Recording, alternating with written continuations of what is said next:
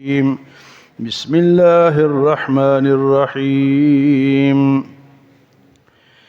ان مثل عیسیٰ عند اللہ کمثل آدم خلقه من تراب ثم قال له كن فيكون۔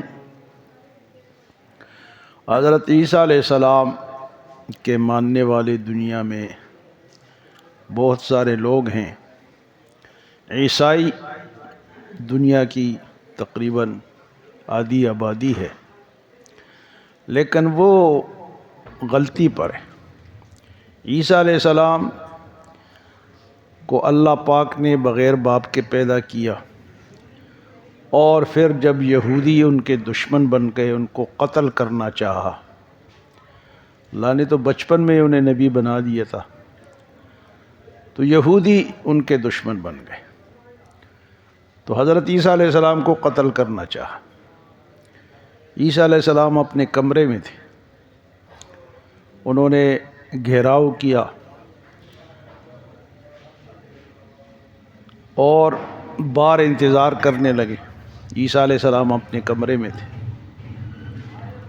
کہ ایک آدمی کو انہوں نے اندر بھیجا کہ تم جاؤ اور ان کو پکڑ کے باہر لے آؤ، گرفتار کر لو۔ اب وہ جب اندر گیا تو عیسیٰ علیہ السلام کو اللہ پاک نے آسمانوں پر چھت سے اٹھا لیا زندہ۔ اللہ کہاں لے گئے جی؟ آسمانوں پر لے گئے۔ وہ آدمی جب باہر نکلا تو اللہ پاک نے حضرت عیسیٰ علیہ السلام کی شبیہ اس پر ڈال دی، اس کی شکل حضرت عیسیٰ علیہ السلام کی طرح بنا دی۔ ان لوگوں نے اس کو پکڑ لیا کہ یہی عیسیٰ علیہ السلام ہے۔ وَلَكِنْ شُبِّهَ لَهُمْ، قرآن میں آگے آتا ہے کہ انہوں نے شبے میں اس کو پکڑ لیا۔ اب وہ چیختا چلا رہا ہے، بھئی میں عیسیٰ نہیں ہوں، میں تو وہ تمہارا بندہ ہوں جو اندر گیا تھا پکڑنے کے لیے۔ لیکن انہوں نے اس کو کیا کر دیا؟ قتل کر دیا۔ عیسیٰ علیہ السلام کے بدلے میں اس کو قتل کر دیا۔ اللہ پاک فرماتے ہیں کہ پھر عیسائیوں کا یہ عقیدہ ہو گیا۔ پہلے تو ان کو خدا کا بیٹا مانتے تھے، ابھی بھی مانتے ہیں۔ تو پھر انہوں نے کہا کہ عیسیٰ علیہ السلام کو سولی لگ گئی، سولی چڑھ گئے، جو انہوں نے اس کو دوسرے بندے کو مار دیا، سولی پہ لٹکا دیا۔ تو عیسائیوں نے یہ عقیدہ اختیار کر لیا کہ عیسیٰ علیہ السلام ہمارے سب کے گناہ لے کے اور وہ سولی چڑھ گئے، اب ہم بخشائے، ہمارے گناہ وہ ساتھ لے گئے۔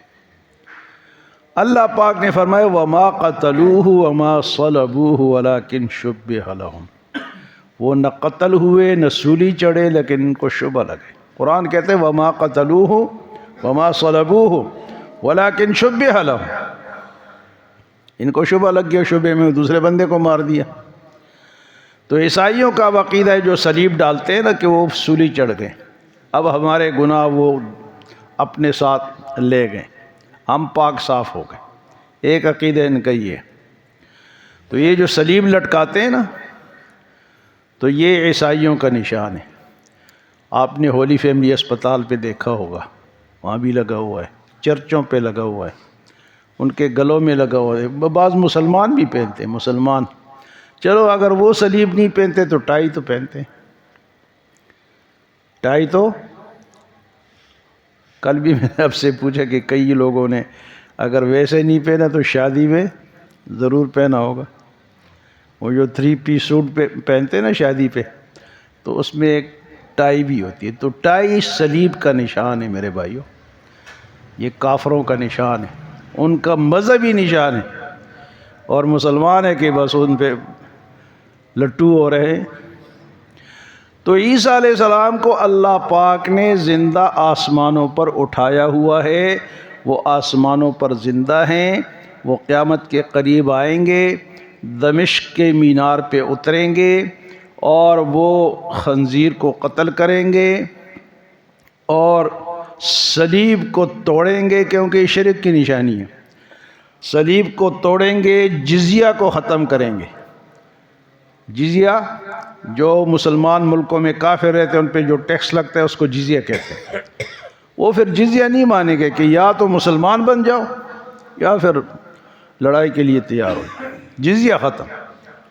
اب تو ٹیکس لے کے آپ کسی کو کچھ نہیں کہہ سکتے نا، یا اسلامی حکومت ہو تو اس میں جو کافر رہتے ہیں وہ جزیہ دیتے ہیں، جس طرح اپنے مسلمان لوگ جو ہے وہ ٹیکس دیتے ہیں۔ تو جزیہ بھی ختم کر دیں گے، صلیب کو توڑ دیں گے، اور خنزیر کو بھی قتل کریں گے، اور پھر اسلامی نظام نافذ کریں گے۔ وہ دوبارہ آئیں گے، ان کی شادی ابھی تک نہیں، دوبارہ ان کی شادی ہوگی، ان کے بچے ہوں گے، اور حضور صلی اللہ علیہ وسلم کے ساتھ آپ کے 3 قبریں جو آپ کے روضے مبارک میں ہیں، ان میں ایک قبر کی جگہ خالی ہے، 4 قبروں کی جگہ ہے۔ اس جگہ پہ حضرت عیسیٰ علیہ السلام مدفون ہوں گے، لیکن وہ نیا نبی بن کر نہیں آئیں گے، وہ حضور صلی اللہ علیہ وسلم کی شریعت پہ چلیں گے، آپ کی شریعت کو نافذ کریں گے۔ تو یہ عیسیٰ علیہ السلام کی جو قرآن اور حدیث میں جو بیان ہے عیسیٰ علیہ السلام کے، جو آسمانوں پر زندہ ہے، قیامت کے قریب آئیں گے، اور یہ پھر یہ کارروائی کریں گے۔ قیامت جب آئے گی تو وہ آئیں گے۔ اس سے ایک اور نقطہ قادیانی نکالتے ہیں۔ یا اللہ پاک نے فرمایا اذ قال اللہ یا عیسیٰ انی متوفیک ورافعک الی ومطہرک، اے عیسیٰ جب میں آپ کو موت دوں گا، آپ کو اٹھاؤں گا آسمانوں پر، تو اس لفظ سے انہوں نے یہ نکالا ہے کہ عیسیٰ علیہ السلام فوت ہو گئے ہیں، وہ اب نہیں آنا، انہوں نے نہیں آنا۔ جنہوں نے آنا تھا وہ مثل مسیح ہے، جنہوں نے آنا تھا وہ عیسیٰ نہیں ہوں گے، وہ مثل مسیح تھے، اور وہ قادیانی ہے، وہ آ گیا ہے، ان کا یہ عقیدہ ہے۔ تو علماء نے ان کے جواب دیے، علماء نے ان کے جواب۔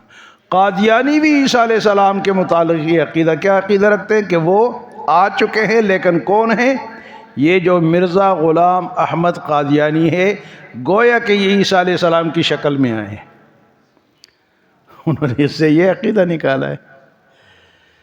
تو ہمارا عقیدہ یہ ہے کہ عیسیٰ علیہ السلام اللہ کے نبی تھے، ہیں، لیکن جب واپس آئیں گے تو پھر نبی نہیں امتی نبی ہوں گے، نیا نبی نہیں بن کر آئیں گے۔ نیا نبی اب نہیں آ سکتا قیامت تک، حضور صلی اللہ علیہ وسلم آخری نبی ہے۔ ختم نبوت جسے کہتے ہیں، جو کہتے ہیں ختم نبوت کیا چیز ہے، وہ مائک والے نے لوگوں سے پوچھے نا ختم نبوت کسے کہتے ہیں، ہم میں سے بھی کئی لوگوں کو پتہ نہیں ہوگا کہ ختم نبوت کسے کہتے ہیں۔ تو ایک نے جواب دیا، یہ جو بچے مسجدوں میں مدرسوں میں ختم کرتے ہیں، پھر مٹائی بٹتی ہے، پھر لوگ جمع ہو گئے، اس کو ختم نبوت کہتے ہیں۔ اس کو کیا کہتے ہیں؟ تو ختم نبوت کو سمجھنا بھی ضروری ہے میرے بھائیوں۔ ختم نبوت کہتے ہیں کہ حضور صلی اللہ علیہ وسلم آخری نبی ہے، آپ کے بعد قیامت تک کوئی اور نبی نہیں آئے گا، یہی قرآن چلے گا، یہی روزہ چلے گا، یہی حدیث چلے گی، تو آپ اللہ کے آخری نبی ہیں۔ اگر کوئی یہ عقیدہ رکھتا ہے کہ حضور آخری نبی نہیں ہے، کوئی اور بھی نبی آ سکتا ہے یا آیا ہے، تو وہ اسلام سے خارج ہو جائے گا، وہ کافر بن جائے گا۔ کیا بن جائے گا جی؟ کافر بن جائے گا۔ تو یہ جو قادیانی ہے نا، قادیانی، یہ عیسیٰ علیہ السلام کے متعلق یہ عقیدہ رکھتے ہیں کہ وہ آ چکے ہیں، لیکن کس کی شکل میں؟ مثل عیسیٰ کی شکل میں قادیانی آ چکا ہے، غلام احمد قادیانی ہے۔ تو ان کا اور عقیدہ ہے، عیسائیوں کا اور عقیدہ ہے۔ عیسائی کہتے ہیں کہ خدا تینوں میں سے تیسرا ہے، اور اللہ پاک نے یہ قرآن میں بتایا کہ لَقَدْ كَفَرَ الَّذِينَ قَالُوا إِنَّ اللَّهَ ثَالِثُ ثَلَاثَةٍ، وہ لوگ کافر ہو گئے جنہوں نے یہ کہا کہ خدا تینوں میں سے تیسرا ہے۔ تینوں میں سے تیسرے کا کیا مطلب ہے؟ کہ وہ کہتے ہیں کہ خدا بھی خدا ہے، عیسیٰ علیہ السلام بھی خدا ہے، اور ان کی والدہ بھی، تو کتنے ہو گئے؟ تو ان کو اللہ نے پاک نے کیا فرمایا؟ لقد کفر الذین قالوا ان اللہ ثالث ثلاثہ، وہ لوگ کافر ہو گئے جنہوں نے یہ کہا کہ خدا تینوں میں سے تیسرا ہے۔ تو خدا تینوں میں سے تیسرا نہیں ہے۔ عقیدہ ہمارا یہ ہے کہ اللہ ایک ہے، اس کے سوا کوئی معبود نہیں، اس کے سوا کوئی مشکل کشا نہیں، اس کے سوا کوئی حاجت روا نہیں، اس کے سوا کوئی نفع نقصان کا نفع کس کے ہاتھ میں ہے؟ اللہ کے ہاتھ۔ نقصان کس کے ہاتھ میں ہے؟ عالم الغیب، تمام کائنات کا غیب کون جانتا ہے؟ اللہ جانتا ہے۔ حاضر ناظر کون ہے؟ اللہ کے سوا اگر کسی کا یہ عقیدہ ہے کہ حضور بھی حاضر ناظر ہے تو یہ شرک ہے۔ حضور صلی اللہ علیہ وسلم جب مدینے میں ہوتے تھے تو مکے میں نہیں ہوتے تھے، جب مکے میں ہوتے تھے تو پھر مدینے میں نہیں تھے، جب طائف میں تھے تو پھر مکے میں نہیں تھے، پھر جب تبوک میں تھے تو پھر مدینے میں نہیں تھے۔ جہاں ایک جگہ ہوتے تھے نا، حاضر ناظر تو نہیں تھے۔ حاضر ناظر اگر ہوتے تو پھر ہر جگہ ہوتے۔ تو زندگی میں آپ ایک جگہ ہوتے تھے، اب دنیا میں پردہ فرمانے کے بعد لوگ کہتے ہیں وہ تو ہر جگہ ہے۔ تو یہ عقیدہ غلط ہے۔ ہر جگہ کون ہے؟ جس کو کہتے ہیں حاضر ناظر، جس کو کہتے ہیں حاضر بھی کون ہے؟ اور اگر آپ یہ عقیدہ رکھیں کہ اللہ بھی حاضر ناظر ہے اور حضور صلی اللہ علیہ وسلم بھی حاضر ناظر ہیں، تو ایک بنیادی بات یہ سمجھے کہ ہمیں کس نے بنایا؟ پیدا کس نے کیا؟ ہماری تخلیق اللہ نے کی، مرد اور دونوں کی، عورت دونوں کی۔ تو اللہ کو پتہ ہے ہمارے کون کون سے اعضاء ہیں، جسم کا کون کون سا حصہ اللہ نے ہمیں دیا ہے، پورا پتہ ہے نا جی۔ اللہ کو تو پتہ ہے اب اپنے ہاتھوں سے جو بنایا ہے۔ تو اگر میاں بیوی ملتے ہیں تو ٹھیک ہے، اللہ کو پتہ ہے، اس نے بنایا ہے، اس نے یہ سسٹم رکھا ہے۔ لیکن اگر حضور بھی حاضر ناظر ہو اس کمرے میں جہاں ہماری شادی ہوئی ہو اور آپ بھی موجود ہوں، تو ذرا سوچیں، ہو سکتا ہے اس طرح؟ یہ گستاخی نہیں ہے؟ تو لوگ پتہ نہیں کہاں سے یہ عقیدے نکالتے ہیں۔ اللہ تو ہمارے ساتھ ہے، اس نے ہمیں بنایا، اس کو پتہ بھی ہے کہ انہوں نے کیا کرنا ہے۔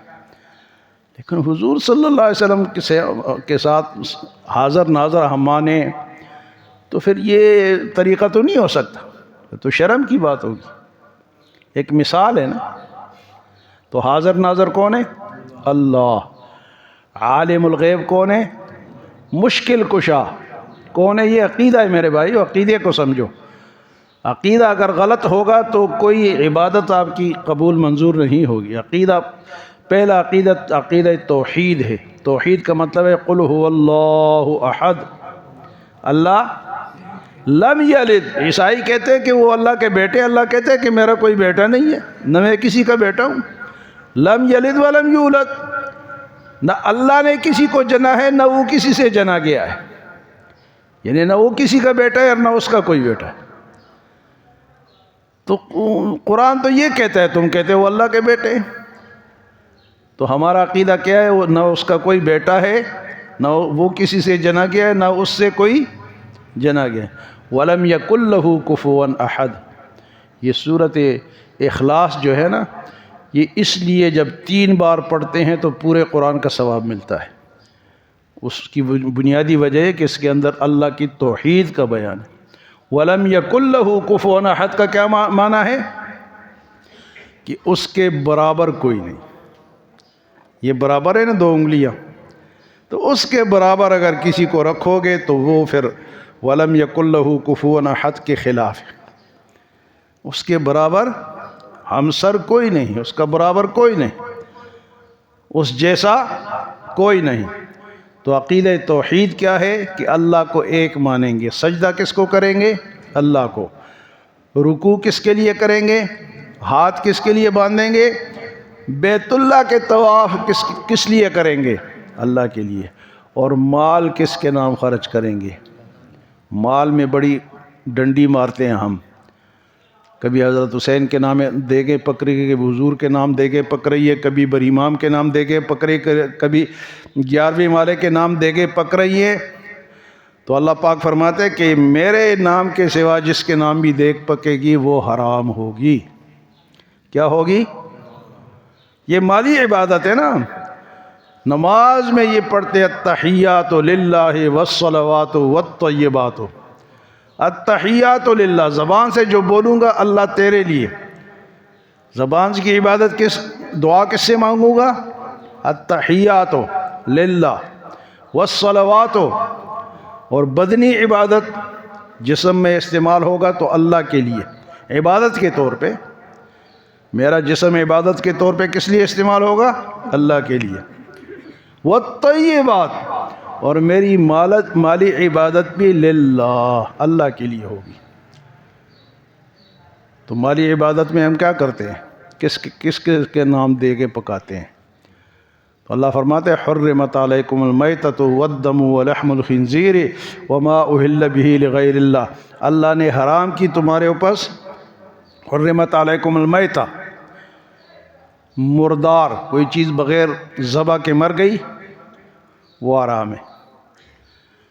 حرمت علیکم والدم، خون، یہ جو خون بہتا ہے جانور کا ہے کسی کا بھی، خون پینا حرام ہے. ولحم الخنزیر، خنزیر کا گوشت حرام ہے. اور چوتھی چیز کیا ہے؟ وما اہل بہ لغیر اللہ. ہر وہ چیز حرام ہے جس پہ اللہ کے سوا کسی اور کا نام لیا جائے. تو ہم دے کے پکاتے ہیں نہیں پکاتے میرے بھائیو؟ ہاں اگر آپ سے غلطی ہو گئی تو اللہ سے معافی مانگ لے. اب آئندہ ہم دیکھ کس طرح پکائیں گے یا مالی عبادت کس طرح کریں گے. یا اللہ میں یہ تیرے نام پہ پکاتا ہوں، اس کا ثواب میرے والدین کو پہنچا دے، فلاں بزرگ کو، داتا صاحب کو پہنچا دے، بڑی امام صاحب کو پہنچا دے، حضور صلی اللہ علیہ وسلم کو پہنچا دے، حضرت علی کو پہنچا دے، حضرت حسین.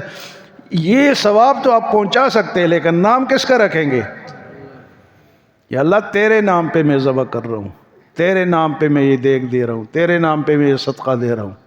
کسی اور کا نام لیا تو حرام ہو گیا، حلال حرام ہو گیا.